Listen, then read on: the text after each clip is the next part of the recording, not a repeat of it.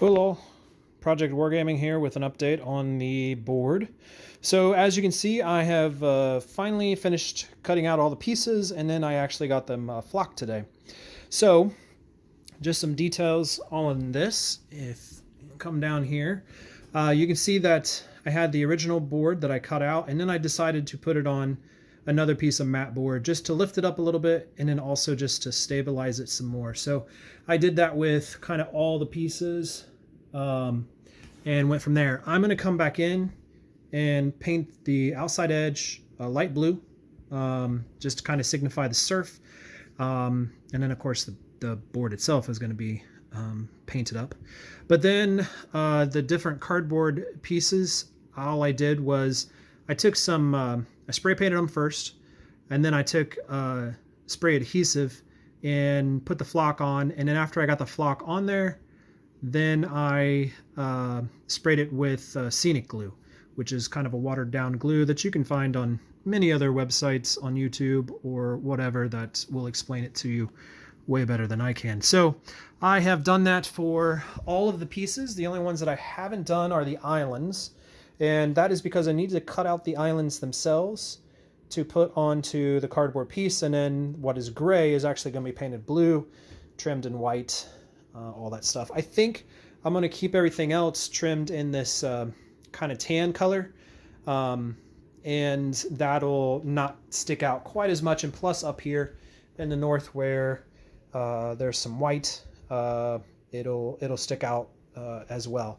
Couple little spots to point out. So this little section here that is actually river, and it makes it impassable between these two territories. I'll paint that blue as well. And then you have this big old river that goes on out, and I'm going to paint that blue also. And then there's one of those sections down here. So on my last board, there was just always confusion up here because I didn't make it clear on where the C zone and everything touches and ends. So that'll solve that problem. As you can see, everything else is just going to be kind of glued on top of there. So I have finished printing out tons of little banners to be used. I decided to downscale, and I decided to go ahead and just downscale all of them. I have enough big ones for the ocean zones, but I really think I'm just going to use these smaller ones. I like the scale of them, and the proportions seems good well. And then lots and lots of little ships and everything, and of course the little siege towers. Printing off the barrels and some of the crowns, and that is of course all of the castles and keeps. And then over there I have the ports. So I ran out of resin because apparently I've just been drinking it like it's milk, and had to order some more resin. So the only thing I have left to really print is the crowns. I need to print out enough for that. And then also I think I'm going to reprint these little things.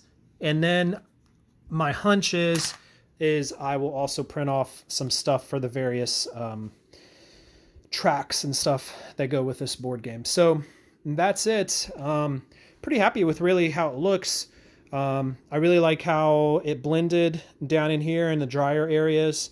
And then certainly in the north, pretty happy with how all that blended.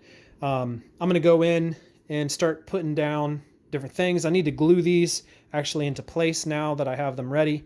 I'm just going to let them dry up here with the scenic glue on top of them, which causes a little bit of a warp. And so I'll have to do like a section at a time, and then, you know, set a board on top of it just to make sure that it's adhered really well. So, yeah. I'm happy with how it's going so far. That's it. Talk to you later.